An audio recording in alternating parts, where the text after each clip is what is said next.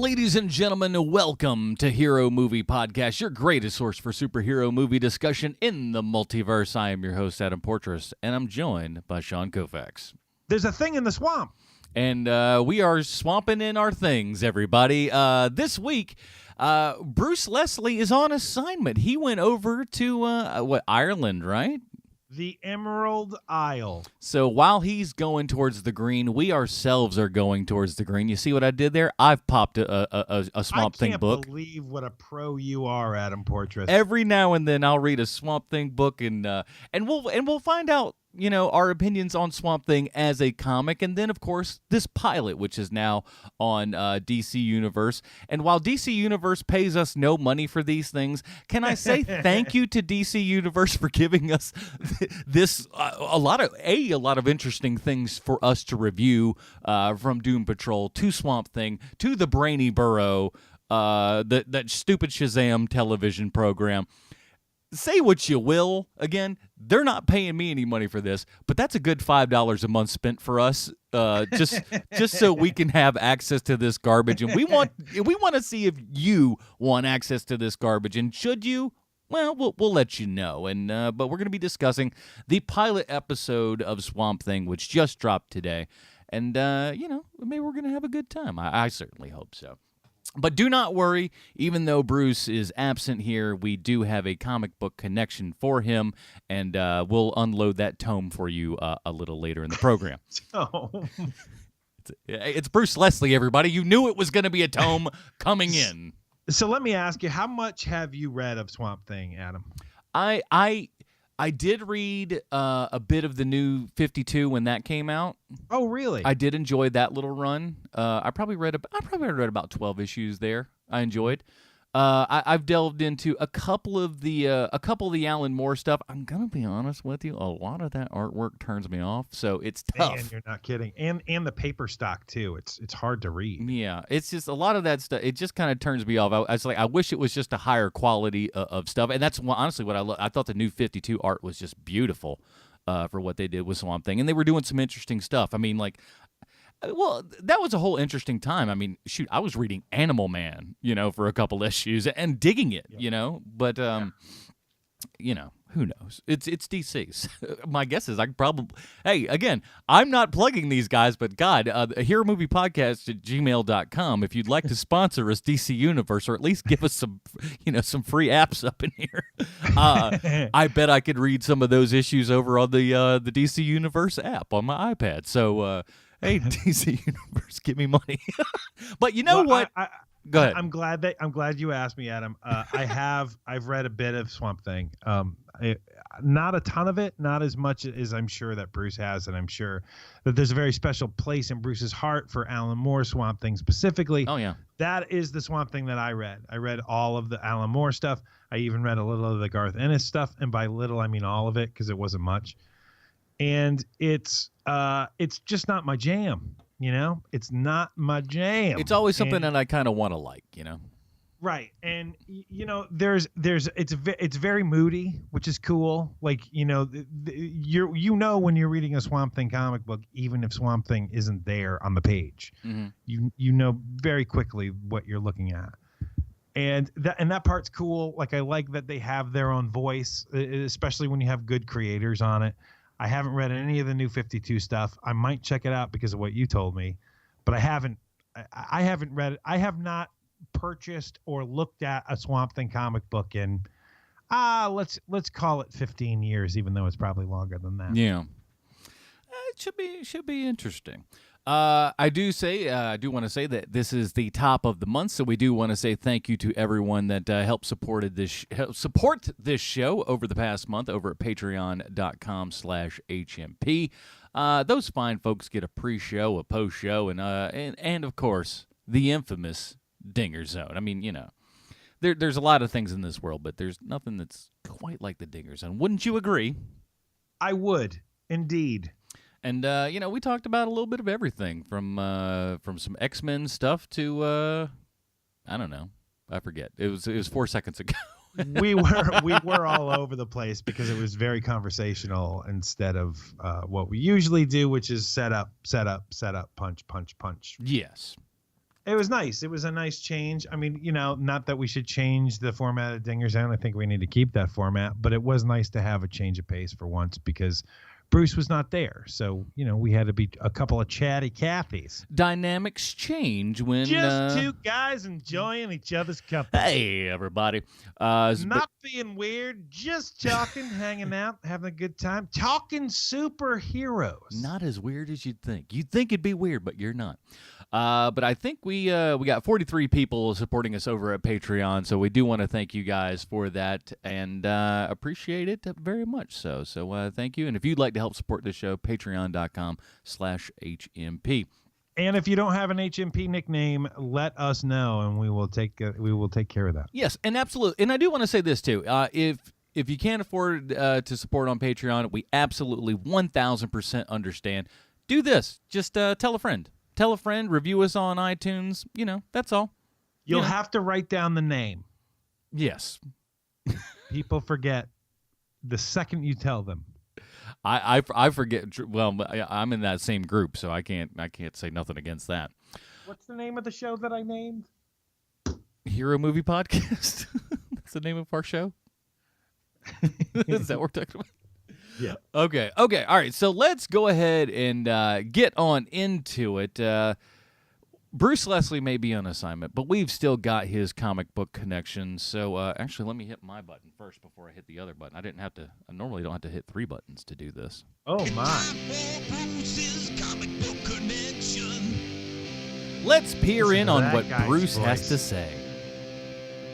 I know I've talked about Swamp Thing at least once before, and not a whole lot's really changed about the muck monster since then. But not even once, not a single solitary time have I had the chance to talk about Blue Devil. Well, friends, now is the Blue Devil's chance to shine. I know that I can't be the only person who is ridiculously excited that Blue Devil is going to be a character on the Swamp Thing show, but I'm doubly excited that the role will be played by none other than Beverly Hills High's resident douche nozzle, Ian Ziering. Now, I really admire the original incarnation of 90210, and I also have admiration for whatever confluence of circumstances made Sharknado a cultural phenomenon, but knowing Steve will be ditching his Corvette for Devil Horns has me ecstatic. Blue Devil fans of the world, our day has arrived. All hail, one of the coolest characters in all of comics, being portrayed by one of the coolest actors from sci-fi original movies. Blue Devil was created by Dan Mishkin and Gary Cohn and first appeared in The Fury of Firestorm back in 1984, the year of our Lord, 1984. Blue Devil's human name is Daniel Cassidy, and Cassidy was a special effects guru as well as a stuntman. He was something people in the biz call a double threat, and he was hired to create and play the title character in the movie Blue Devil. You see, that's why it was so important that he was a double threat. Just like when Jeremy Renner was cast to play Hawkeye, Cassidy had to make his own costume for the role. And that's actually far more common in Hollywood than people realize, Heck, even Marlon Brando made his own wardrobe for the Island of Dr. Moreau. And I'm pretty sure Warwick Davis had to make his own leprechaun costume for a few of those Irish heritage films of his. But anyway, Cassidy created a full-body costume with a hidden powered exoskeleton and built-in special effects devices. When two of his co-stars accidentally freed a demon named Nibiros, and I mean, come on, who amongst us doesn't have a couple of co-workers who would easily be able to free a demon on the job? But anyway, these co-stars accidentally freed a demon named Nibiros. Cassidy used his costume to drive the demon back into the depths of the underworld, but not before being blasted with mystical energy. After the fight, Cassidy finds that the blast has permanently grafted the Blue Devil costume to his body. Now, ain't that every kid's dream on Halloween? I mean, imagine if I'd been blasted by demon magic as a child and really become the second of 3 amigos. It would have been great, I tell you. But back to Cassidy. Cassidy quickly finds himself embroiled in repeated adventures and conflicts with supervillains, and His newfound status has turned him into a weirdness magnet. After failing to find a way to remove his costume, Cassidy starts to enjoy his new lifestyle, and he becomes more and more comfortable as a superhero.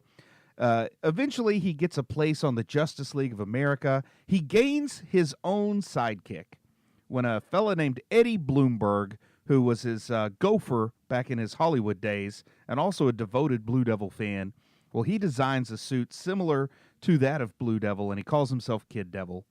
Eventually, he moves into the House of Weirdness with Kane the caretaker as his superintendent.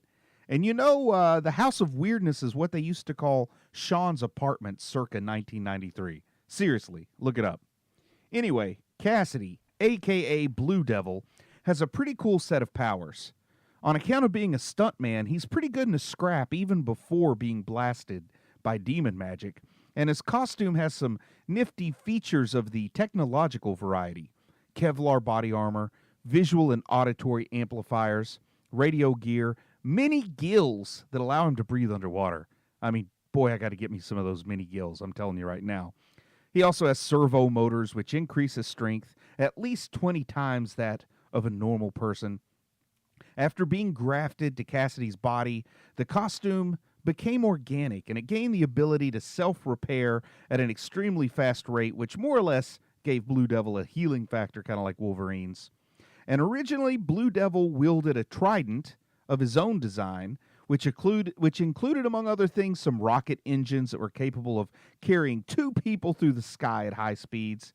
But now he has an even better trident, because now he carries the Trident of Lucifer, which allows him to find demons on Earth and banish them back to the underworld. Gary Cohn recounted how he and writing partner Dan Mishkin created Blue Devil. This is in Cohn's words. Dan was living in Michigan and I was in New York. I was the point guy who went to the DC office once a week and schmoozed the editors. One day, an editor says, "Ditko's been hanging around the office and really wants something to do. Do you think you and Dan can come up with something for him?" I went home and I called Dan and told him about this, and we were both very excited. Ditko was the guy who created Spider-Man and Doctor Strange, and we were gaga for Ditko. We decided to do something that takes something from every Marvel character we ever loved. Let's take Iron Man, the guy in the costume, The Thing, the tragedy of the guy stuck in a shape he didn't want, and a lighthearted, bouncy approach and a character who was going to move like Spider-Man. And we wanted something like the Green Goblin. How about Blue? Oh, sorry, it timed out because the screen. We called him that because Dan's wife is from North Carolina, and he was a Blue Devils fan. Then we started creating Blue Devil and thinking, Ditko is going to love this. We created this great proposal, and it was everything that we knew was going to set Ditko's light on high beam. We took it into the editor. He gave it to Ditko. Ditko looked at it and said, "I'll do it if I have to, but this is really not my kind of stuff at all." So there you have it, folks. Straight from Ditko's reject pile to the hearts of millions of comic book fans everywhere. And now, thanks to the wonderful folks at DC Online App Productions and, of course, Ian Ziering, we can rejoice that we now have, once and for all, a live-action Blue Devil. Arr! All right. Did you make yourself a sandwich in that meantime? I could have, but I did not. I almost did. But here is the IMDb plot line for the Swamp Thing. Abby Arcane returns home to find Maris, Louisiana. Is that Maris? Marius, Louisiana, to investigate a deadly swamp-borne virus, only to discover the dark, terrifying mysteries of the swamp. Sean, it has befallen you for our fake trailer. What do you got? All right, everybody get ready. Here we go. Let's see if this works or not.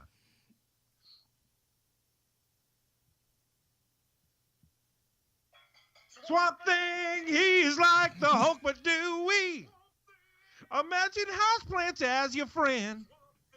I hope you like Cajuns. We're getting viney, not getting veiny. He's always half underwater.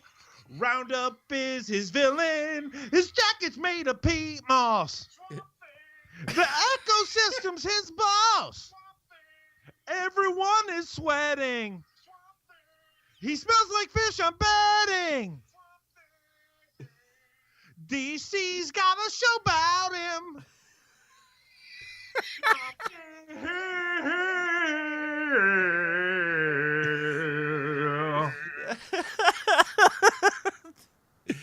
I think that's the uniquest one yet. Yes, without a doubt. And by unique, you mean terribly sung, and that was the point. Luckily, I could hear I could hear the backup vocals enough. It wasn't it wasn't as pronounced as it could be, but there's enough in there, and it almost makes it funnier that you can't quite hear him as good. It's going. Does he have backup singers? What is this? Oh, for sure I do. I paid an orchestra and I paid some backup singers. You know, listen, you make jobs, and that's important. I'm a creator. Hey, so I've got to start with this. Okay. I hate this show. This show is god awful. Like, maybe it's just a really bad pilot. These things happen. Oh my God, this pilot is so bad. I looked to see what the critical point was on this show, and everybody seems to like it. Like the nerdy nerds like the show. I hate it, and here's my main problem with it: no less than 3 different times in an hour does someone say how great the main character is at her job. 3 different times just to remind you, oh, no, she's good. She's also the main character. We assume she's good. I hate it. I hate everything about this show. I know that it's supposed to be horror. It's not scary. It's a little gross, but it's kind of weird that it looks like claymation, the way the vines are. Like this, I get that there's going to be people who love this show. I understand that, and that's cool, and I'm glad it exists. And I'm especially glad that it's a totally different type of show. But this show is straight up hot garbage to me. I hate it. Listen, I'm tired of these vagaries that you're always throwing around here. And just, we can't read you, okay? We're not all mind readers. We would like you to just come out and say things as you mean them. Well, see, here we have 3 DC Universe shows now that are original DC Universe shows. You got Titans, Doom Patrol, and Swamp Thing. And I hate Titans. I hate that show. I think it's awful. Yeah, I mean, other than what we watched for the show, I have zero want to go back to that. Well, the Doom Patrol episode is the best episode of that show. Yeah. And so it's in order so far. It's Doom Patrol, it's Swamp Thing, and then it's Titans. But make no mistake about it, that the leap between Doom Patrol to Swamp Thing is about 3 letter grades. It's so bad. It makes me. I was so disappointed because I wanted to like the show a lot. I'm not a massive Swamp Thing fan, but I do like when something is wholly original, and the idea behind Swamp Thing is entirely original. Yeah. But my God, man, like everyone on this show is so pretty or handsome, except for, like the bad rednecks who are going to get it. That makes me crazy. Everyone is not only trying their very, very best, but they are great at the thing they do. Like everyone, even the guy who ends up being Swamp Thing in this show, he is also like, well, he comes out of left field, but oh my God, he's got some really terrific ideas. Like even that stuff. Yeah. And it's the thing, I don't know how many times I have to bang this drum. Make characters have problems, make them problematic, and make them interesting. And I know everyone's going to point to the Virginia Madison thing is like the thing that she has a problem with.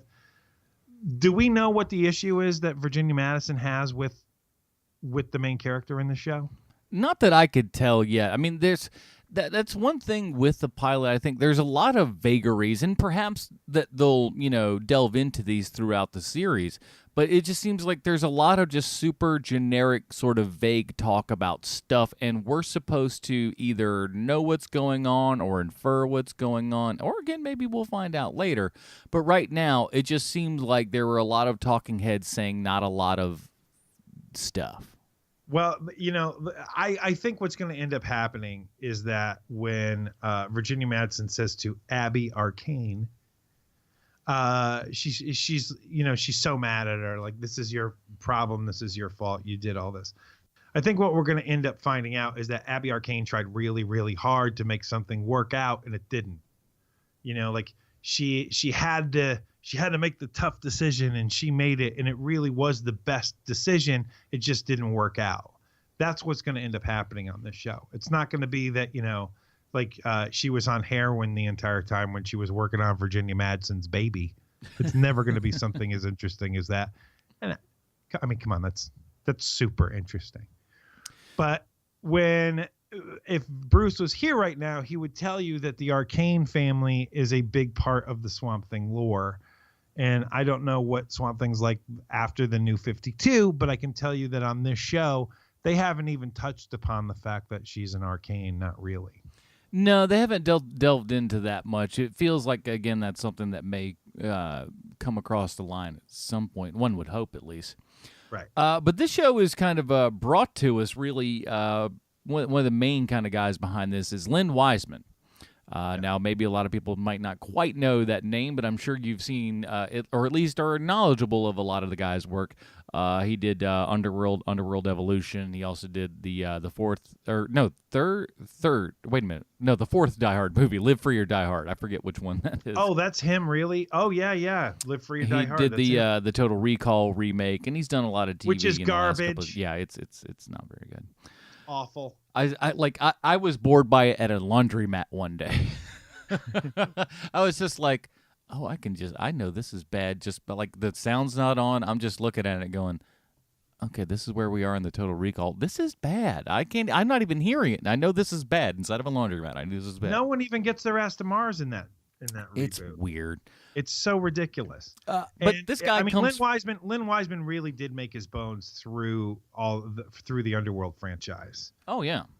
And that first movie is a surprise. I mean, that's why it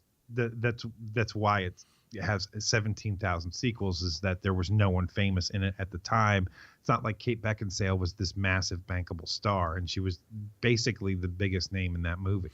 And now she's having to, resort to date Pete Davidson in order to get her Amazon show a little bit of press on the air. You don't think that I would know what you was doing, Kate Beckinsale? I know exactly what you was doing. Oh, you just happen to be dating Pete Davidson when your new Amazon show comes on. Oh, shocking. Yeah, that poor lady.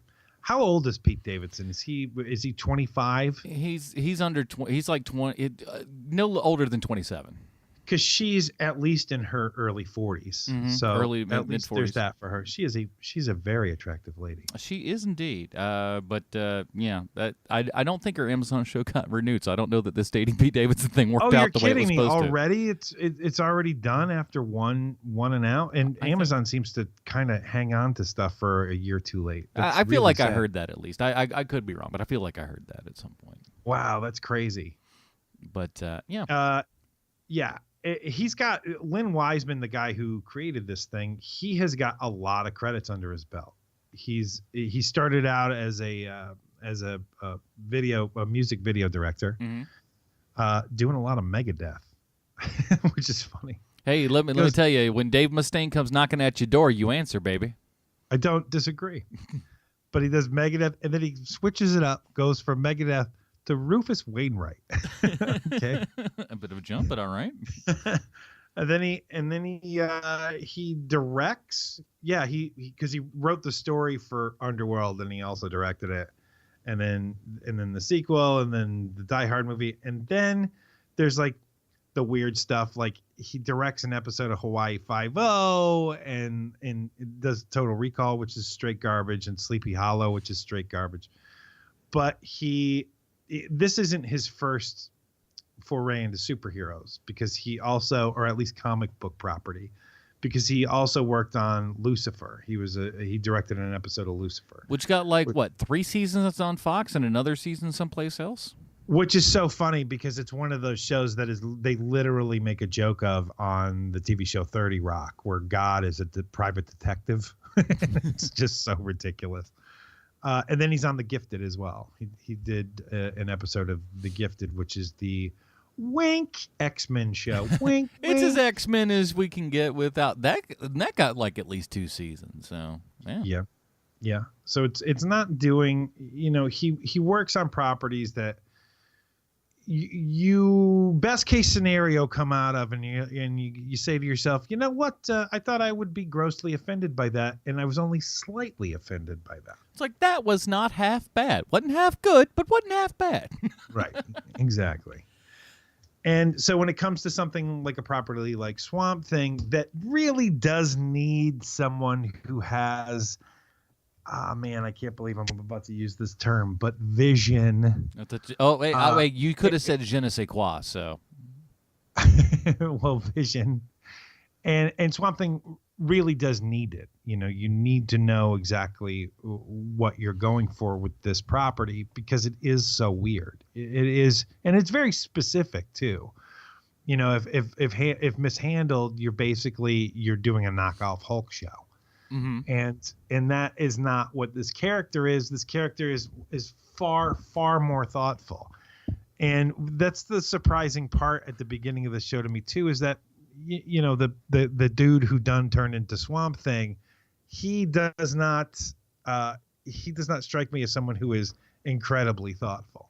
I don't see that. That's one of the things that I like this the character, not the character, but the actor rather, excuse me.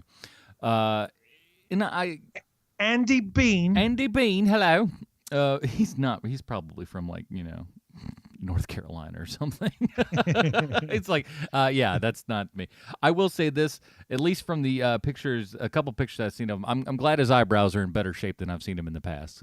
Sometimes there were a couple there, you're just like, oh, what are you doing? Now, quick sidebar here. I got nothing against anybody who wants to, do some male grooming and stuff, make yourself look a little bit better. But guys, you got to be careful on these eyebrows, man. You don't want to look like Martin Scorsese, but you don't want to look like Odo from Deep Space Nine. You know what I'm saying? You got to have some place in the middle. Stop tweezing them. Stop making them all pointed. Sean and I have both been gifted with immaculate eyebrows. Well, I was not gifted with it. I'm just good at grooming. You do. See, okay. Here's what I didn't know. I wouldn't know that looking at you. No. See, that shows that he does a good job at it, because you don't want to make it so it's noticeable. You want to make it so it looks natural. I got pretty good eyebrows. I got no real problems. I don't do anything. But not everybody's that lucky. And I understand that, and that's fine. But, trim the hedges. Don't make a Mickey topiary. You know what I'm saying? The way that the hair on my head works, it doesn't matter where it is on my head, as long as it's on my head. It's going to, if left unattended, it will basically be a koosh ball. And so I've got to be ever vigilant. If I'm not, things get bad pretty fast. And there are many pictures of me in junior high to prove that fact. He looks like one of the kids from Welcome Back, Kotter. Oh my God, that sort of young child is the hairiest kid I've ever seen in my life. Is he one of those Mexican wolf babies? I saw him on the cover of World News and Report. Andy Bean, by the way, from Texas. Texas. I knew he wasn't quite. I knew he wasn't Scottish. And not to get off to. No, it's my turn to go off on a tangent. Please. There was a time where if somebody were to say to me, how you feel about Texas, I would have said, boy, I sure hope that they secede from the Union, but we still get to keep Austin. And now I say they can just secede from the Union. Austin is fine, but I'm willing to give that up in order for Texas not to be part of the United States anymore. So, guys, if you want us to secede, you have my thumbs up, please. Well, and Austin's just becoming, San Francisco too. I hear in the last couple of years things have really gone downhill, and It's not the shining beacon that it once was for Texas. Oh, that stinks, man. So No, it literally does stink because homeless people are pooping everywhere. Oh no, that's no good. Yeah. Take care of your poop. But yeah, San Francisco, they actually have an app out for the people that live around the thing called Snap Crap. I kid you. Oh, wow. This is a real thing where as a citizen of San Francisco, Oakland area, anything like that, you can if you see a feces, what the heck's wrong with me? If you see some feces if you see a feces on the side of the road, if you see feces, you take a picture of it, tell it where it is, and then city people or whatever come and clean it up. Oh my God, we're living in the end of days. That is that right? If that's the world you live in, to just go like, this is so much of a problem, we need to develop an app.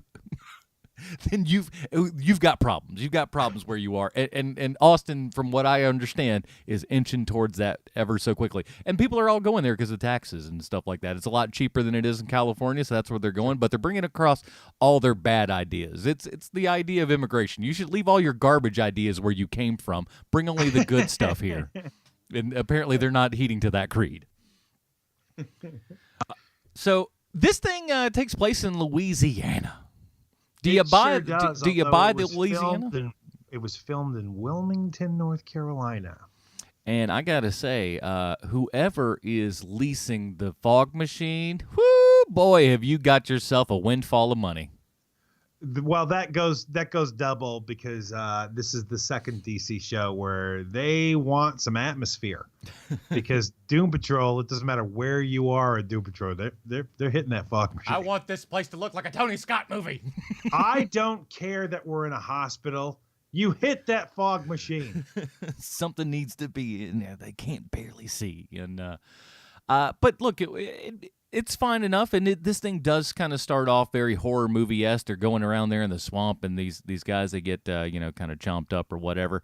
But I think you're absolutely right. And the thing that I heard about this a lot before watching it is, there's some good buzz on it and stuff. And one of the words that I heard people going around was like, "Oh man, this is so gory," and like, how do they get away with this? And I'm watching, and I'm going, "What are you talking about?"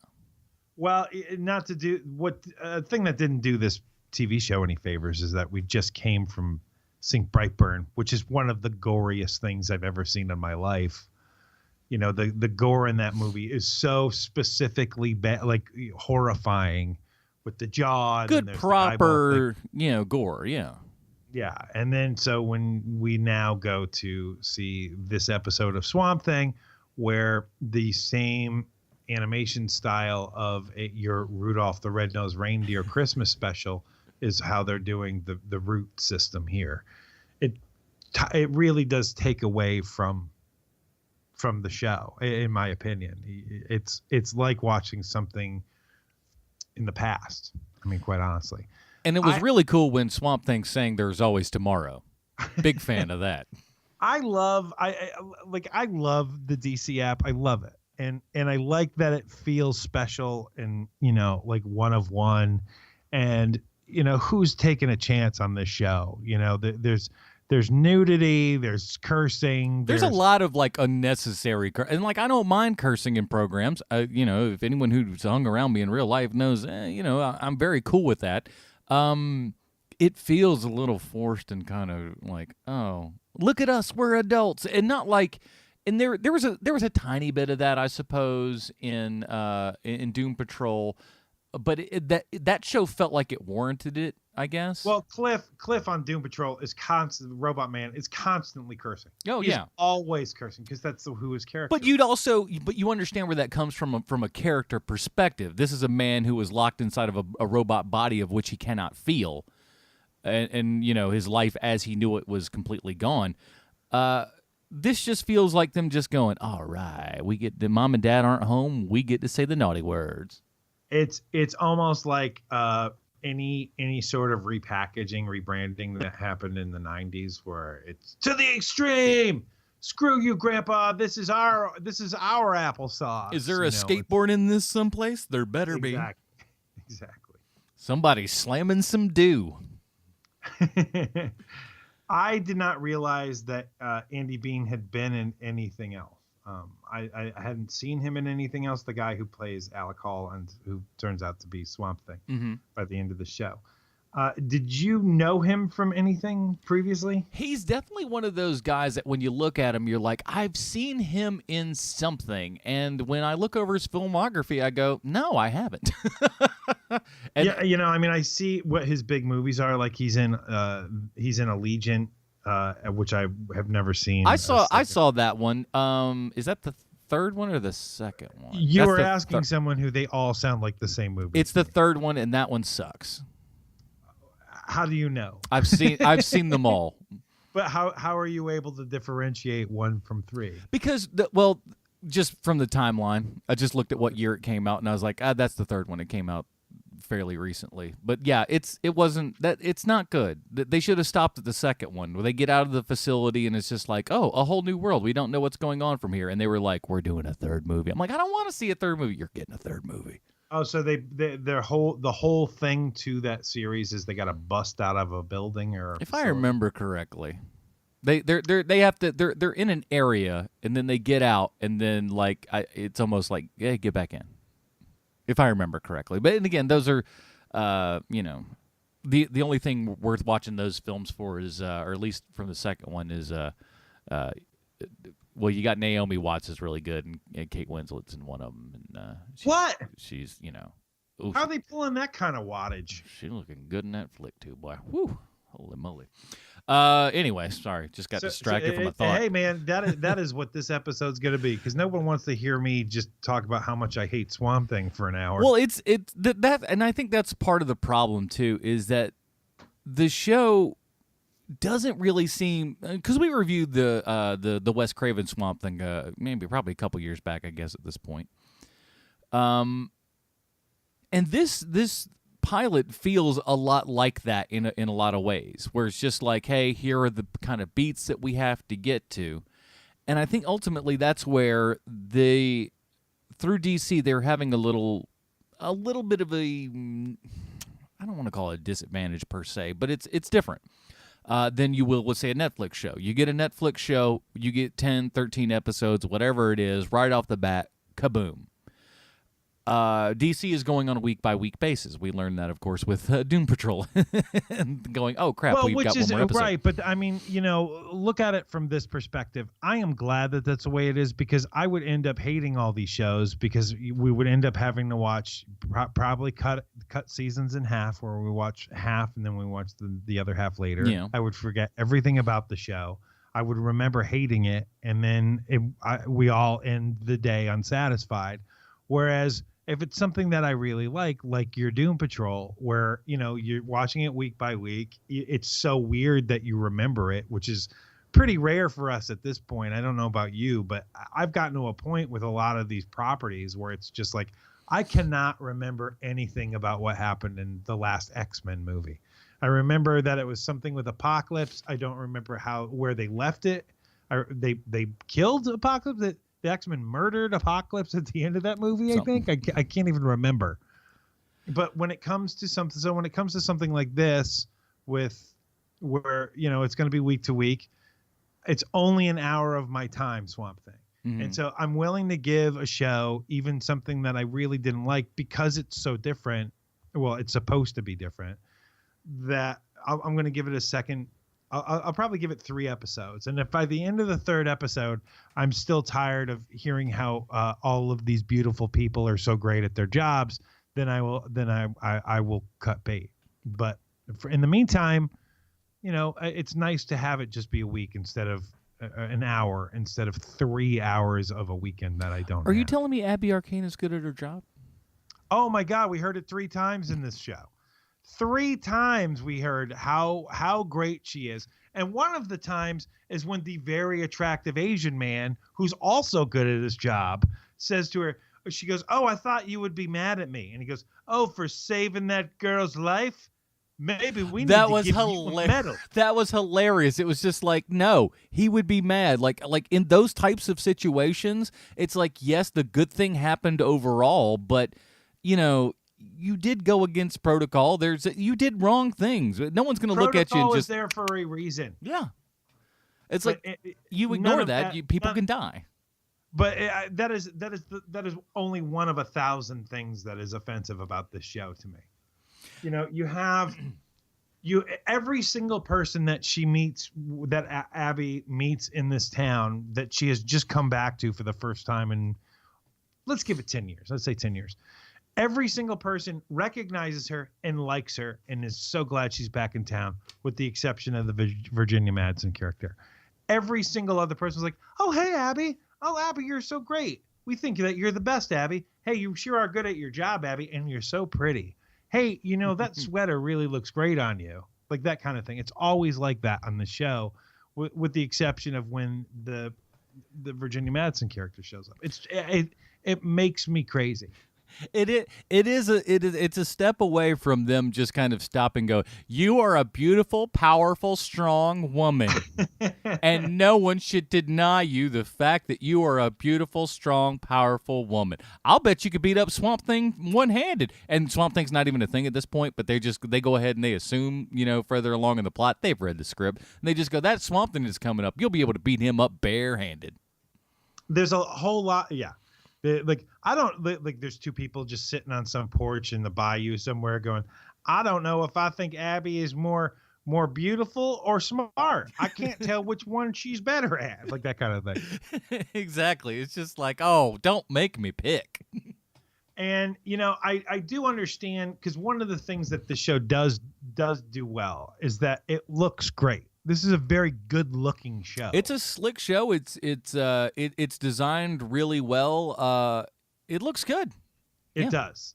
And, you know, even though we only see Swamp Thing for the last 5 seconds of the first episode, Swamp Thing, from what we've seen so far, looks great too. Looks very cool. I'm interested to see what the interactions with him are like. I mean, are they going to have Andy Bean's voice as that? I can't imagine they would use Derek Mears' voice, who plays Swamp Thing himself. Derek Mears, for you folks who don't know who he is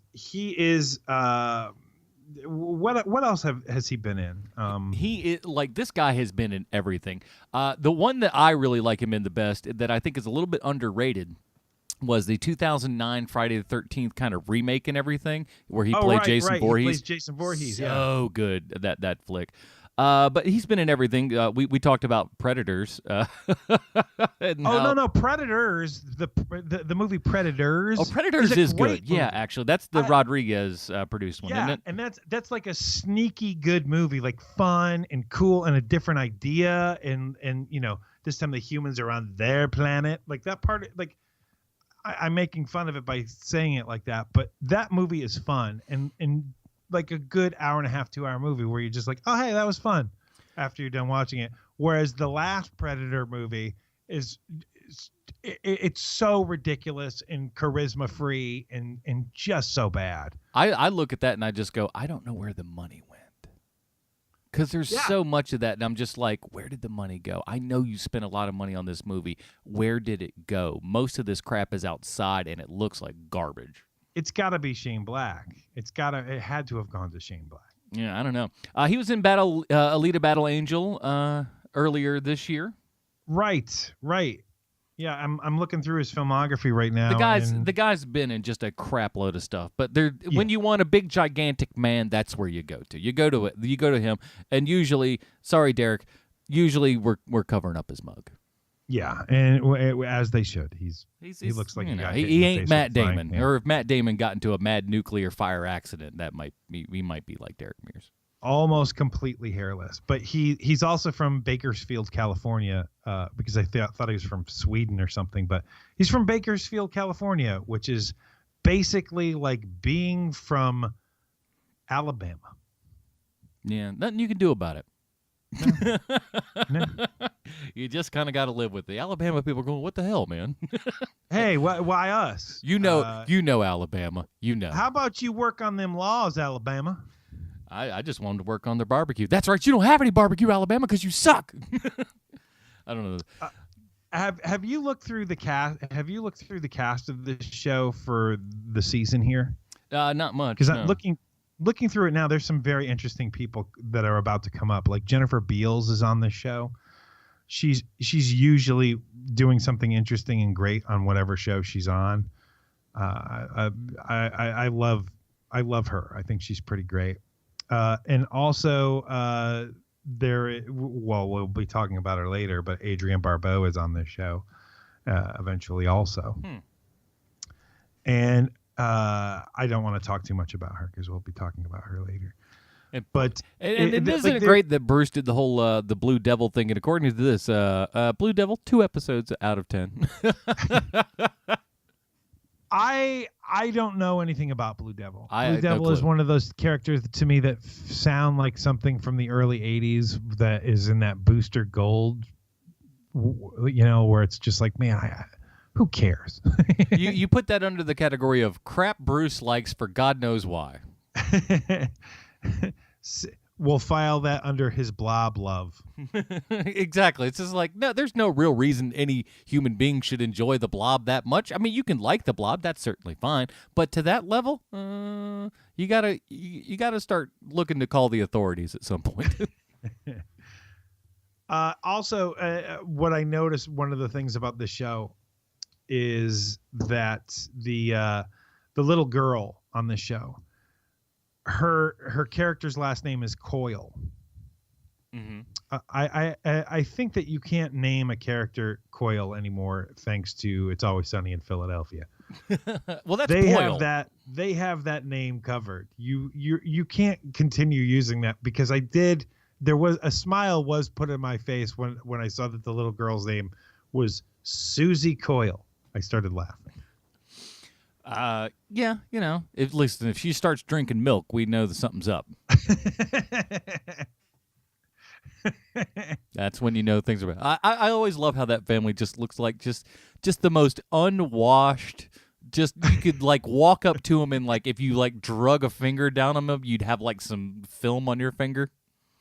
Yeah, it's true. You'd be like, "Ugh, this is just. Can someone have a rag I can wipe this off with? This is disgusting." Take a shower, you animals. Which, by the way, speaking of showers, I want to talk about this because this is a type of show that I would never want to work on, and I'll tell you why. All I'm seeing is night shoots and rain and wet and just misery. I am quite sure that this was a miserable TV show to work on. There's so much water. There's so much just junk going on. I cannot imagine this being fun. Because you just go home every night just soaked to the bone. You're like, I don't even know that yesterday's shoes are dried out that I could wear them today. You're going to be wearing hip waders. Ugh, good luck to these guys. But they went from 13 episodes down to 10. Do you think that, has any bearing on what they're doing? But now, I say that. But at the same time, too, we all admit that a lot of these shows could tend to do with a couple less episodes, and we might get a better program on account of it. So what are your thoughts there? I think they need to do that with all of these shows. I think 13 episodes is far too much. I think 15 episodes is far too much. I think you have enough, like 10 is the jam. But I do understand that if what they're going for is just what I thought that Netflix should do, which is or even the CW, where you release your show, where okay, it's Flash. Let's take the CW. It's Flash season. Then they go from that to Legends of Tomorrow. It's Legends of Tomorrow season, where you have okay, it's Thursday night. That is when the superhero TV show is going to be on, and it just changes up from quarter to quarter, basically. Right. And I think that is what DC's model is here. Because when you look at, Titans came out at the end of last year, and then it moved from that to Doom Patrol to Swamp Thing, and then we get Swamp Girl. We get Stargirl starting in February. Swamp Girl. Swamp Girl.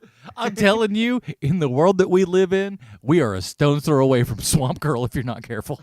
It'll just be like, look, this last Swamp Thing didn't happen. It didn't kick off really well. Hear me out. What if we make Swamp Thing a lady? And then watch that go through the roof, and then DC's like, oh, crap, we have to change. We have to change all of Swamp Thing in the comics on account of this show being the most popular thing ever because we made Swamp Thing a lady. Yeah, like they did with Green Arrow, where like now he's just Arrow. Yeah, because you know colors are stupid.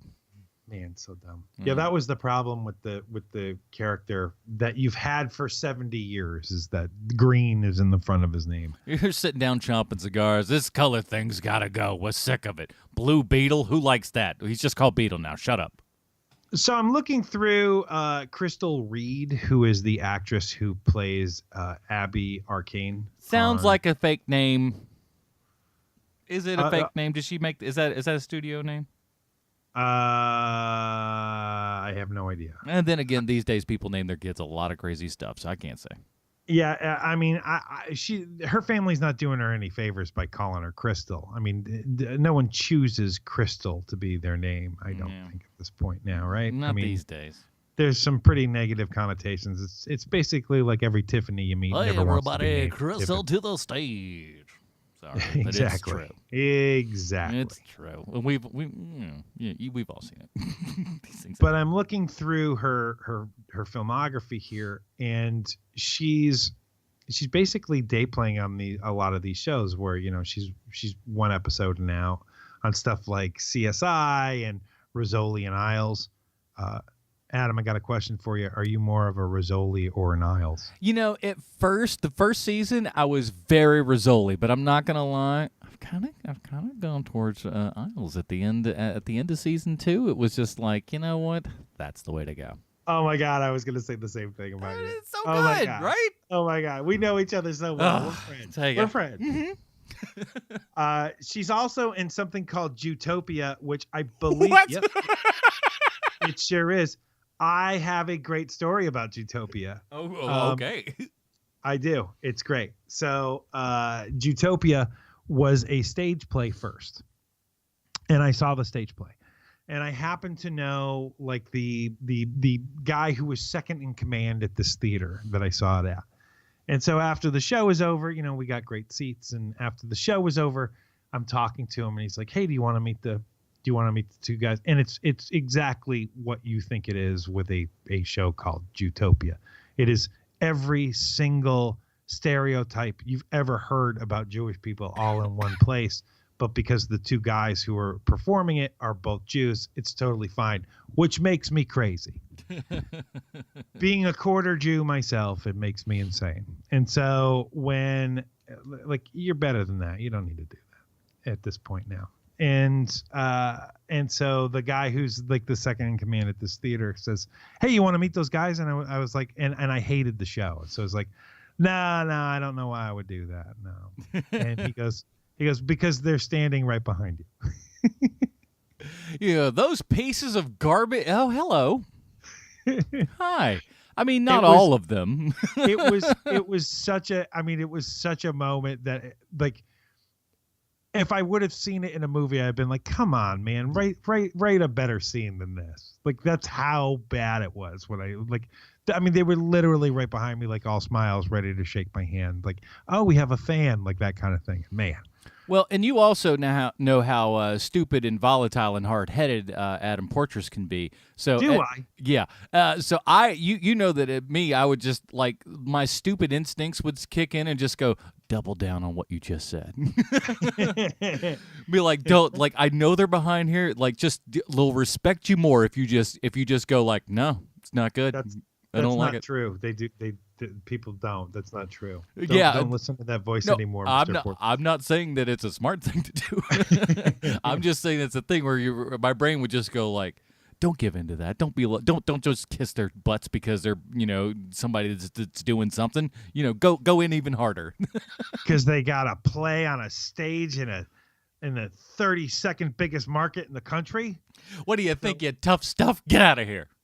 Looking through the rest of Crystal Reed's filmography here, I see where she made her bones. So she was on the show Teen Wolf, that MTV show Teen Wolf. Wildly popular, that show. I had never seen none of it, but it got some numbers. Not made for us. Yeah, exactly. It's not made for middle-aged white guys. That show.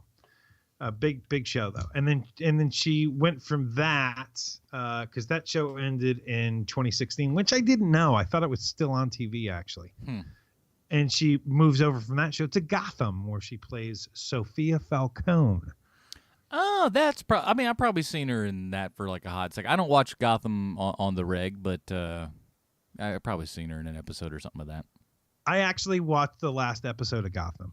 Has it finally? Is it finished? Is it done? It is. It's done, and everybody is where they're supposed to be by the end of Gotham. The Joker is the Joker, and they gave him, which is neat. They gave him the origin of the movie, where he falls into the vat of acid and he comes out and he's different, and which is very, very, very neat. Maybe we'll cover it. Maybe we won't. Who knows? Look, man. I don't think we need to. No, there's not a whole lot to talk about. I mean, we'll be talking about Zootopia some more if we're gonna. You guys hear about Zootopia? Huh? Sean don't like it. It's funny because all of a sudden the people over at the Zootopia Productions headquarters are just like, "We've sold a lot of DVDs this week. What's going on?" There's been some talk. The internet is a buzz. I do have to say I'm a little upset that it made it all the way to it's either a movie or a TV show. I can't tell. I think it was a movie from what it looked like. Man, that sucks. That is disappointing.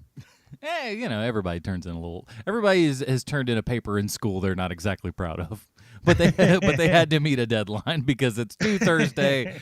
By George, you better have it in on Thursday. All right, so before we kind of wrap up our initial thoughts of this, though, I think people are I think they've got an idea. I'm just going to venture a guess. Sure. We do have to find out one very, very important program note here is how does this show connect to Sylvester Stallone? Thanks, Adam. I have a prepared statement. Adrienne Barbeau is in an upcoming episode of Swamp Thing, the TV show, which is a return. Huh? She ain't in these. No, this one. She's not in this one. No. Which is a return to the franchise for the lady who made $75 million for showing both boobs in the 1982 Swamp Thing movie. Oof. I understand that she's a good-looking lady to most people, and in 1982, there were plenty of people who wanted to see what that sort of thing looked like. I, however, was not one of those people because Adrienne Barbeau looked exactly like one of my mom's best friends. Her name happened to be Rosemary, and Rosemary looked so much like Adrienne Barbeau that when I first saw her in an episode of Quincy, the TV show Quincy, I thought it was my mom's friend. And I asked her what Jack Klugman was like in real life. True story. Before our creepier, like? Say what? What's Jack Klugman like? What a great thing to be like. Who is this kid? What is? Well, I did put some English on that joke. It's a little. What I actually asked her was, so did you meet Quincy? That's what I asked. That's great. To be 100% truthful. It's just like who? Now, before our creepier HMPers start letting their minds wander to titillation, please keep in mind that a woman in her mid-30s seems like an old Indian medicine lady to an 8-year-old boy. It's true. She was the go-to lady in the 80s, Adrienne Barbeau, when you needed a believable ball-busting ex-wife or a mean-spirited, screaming harpy. But lately, she's transitioned into the smart lady who's seen it all in the last few years, and maybe that's not a bad thing. She's done a lot of voiceover work in the last 20 years, and in 1995, she played the voice of Central in the movie Judge Dredd, starring everyone's first choice to take over the Indiana Jones franchise, Sylvester Stallone. And there you have it, HMPers. This week's Stallone connection is Adrienne Barbeau. Thank you. I'm Sean Koufax. Thank you. Barbeau. All right.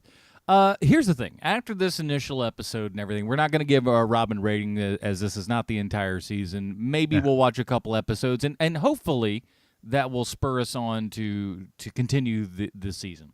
Well, as I've said a couple of times, I'm willing to give this show a chance. Like maybe it just has pilotitis because a lot of shows stink with their pilot episodes. Seinfeld's pilot was not so great, and it's one of the best shows of all time. So. Yeah. It happens. It happens. And maybe they're just kind of getting their bearings there. And let's be frank, Swamp Thing is the Poochie of the Swamp Thing show. Yeah. Swamp Thing starts and you're always going, all right, where's Swamp Thing? Show me Swamp Thing. Why have we not had Swamp Thing yet? And like you said, we had like Swamp Thing's in the last 25 seconds of this show, and that's it. Or at least this episode. So we've yet to really get the the meat and potatoes of all this. We haven't been fully swamped by the Swamp Thing. Exactly. It's sometimes the words just flow out just like beautiful, beautiful music. I am a communicator. Mm-hmm. So yeah, I would say give it a shot. I'm hearing a lot of people say a lot more positive stuff than you and I are. I think we're about close on the same page. I think I probably like it a little bit more than you, but not by a whole bunch. Give it a shot. A lot of people, I'm hearing people going, "Hey, this is great. Hey, the gore is awesome," and the other stuff.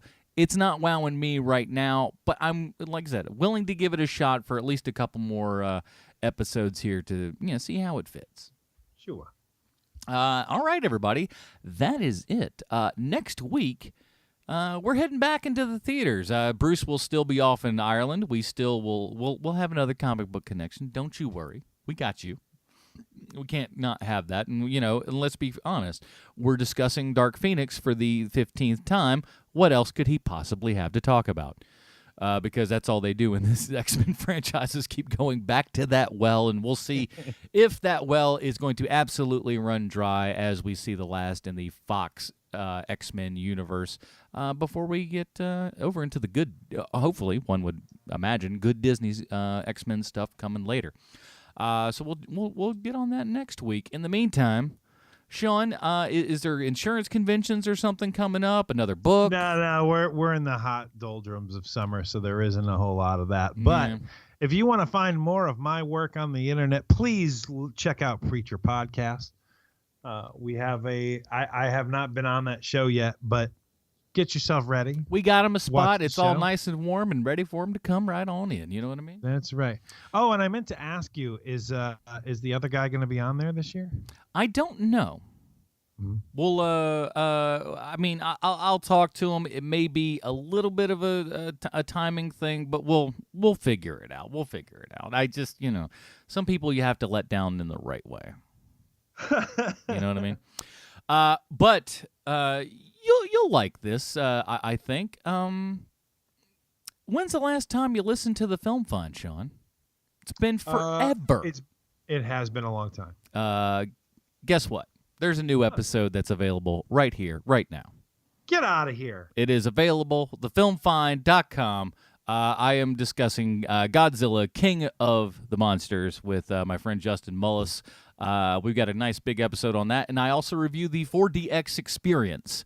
So if you want to check that out, head on over to thefilmfind.com. I'm back on it, and going to be giving you guys more and more stuff. I've finally gotten off my self-loathing train. Oh, buddy. And decided to get better and do it. And you know what? It felt really, really good. So we're getting back into the Film Find. So check it out, thefilmfind.com. And again, thank you to everyone that helped support this show this month over at patreon.com/HMP. Get yourself the pre-show, post-show, Dinger Zone, and all that good stuff. And of course, one of the big things is vote on the movies that we end up watching every month. So head on over to patreon.com/HMP for that info. That's it, everybody. Join us next week when we're talking X-Men Dark Phoenix. For Sean Koufax, the absent Bruce Leslie, my name is Adam Portrais, and we invite you to stay super, everybody. Bye, Marty.